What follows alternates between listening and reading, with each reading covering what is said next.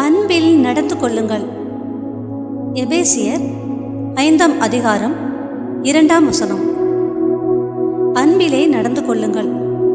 கிறிஸ்துவும் நம்மில் அன்பு கூர்ந்து நமக்காக தம்மை தாமே தேவனுக்கு சுகந்த வாசனையான காணிக்கையாகவும் பலியாகவும் ஒப்புக் கொடுத்தார். அன்பானவர்களே, நம்மை அன்பு செய்கிறவர்களுக்கு நாம் அன்பு செய்வது என்பது எளிதான காரியம். ஆனால் நமக்கு எதிராக நடந்து கொண்ட ஒருவரை நாம் நேசித்து அவரிடம் அன்பு செய்வதுதான் கிறிஸ்துவின் குணம்.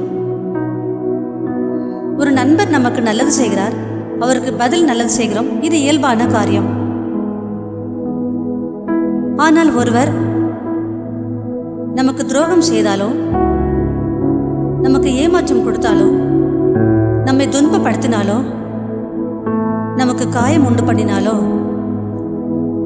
அவருக்கு அதை பதில் திரும்ப செய்யாமல் அவர்களை மன்னித்து அன்பு செய்வதுதான் கிறிஸ்துவின் வாழ்க்கை.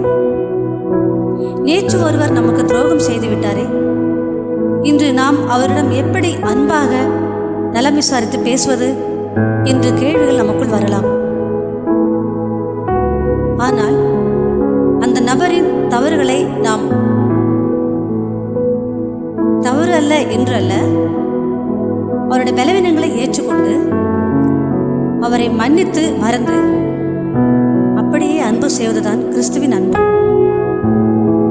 ஏனென்றால் நாம் பாவிகளாய் இருக்கையில் கிறிஸ்துவும் நமக்காக மரித்தாரே, ரோமர் 5:8 பார்க்கிறோமே. கிறிஸ்துவ நமக்காக நாம் பாவங்களை பாராதபடிக்கு நம்மளுடைய பலவீனங்களை ஏற்றுக்கொண்டு சிலுவையில் முழு அன்பையும் செலுத்திவிட்டாரே.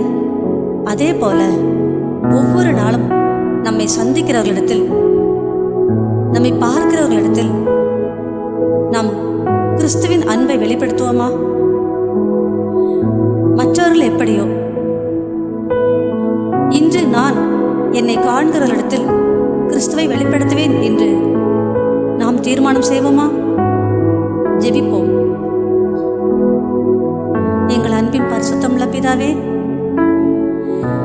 இரட்சகர் இயேசு கிறிஸ்து வழியா நீ நோக்கி பார்க்கிறப்பா, எங்களுடைய பலவீனங்களை ஏற்றுக்கொண்டு முந்தி எங்களிடத்தில் அன்பு கூர்ந்தீரே, அதே போல நாங்களும் ஒருவருக்கொருவர் அன்பு செய்து உம்முடைய பிரமாணத்தை நிறைவேற்றியதால வாழ கர்த்தர் எங்களுக்கு உதவி செய்யுங்கப்பா.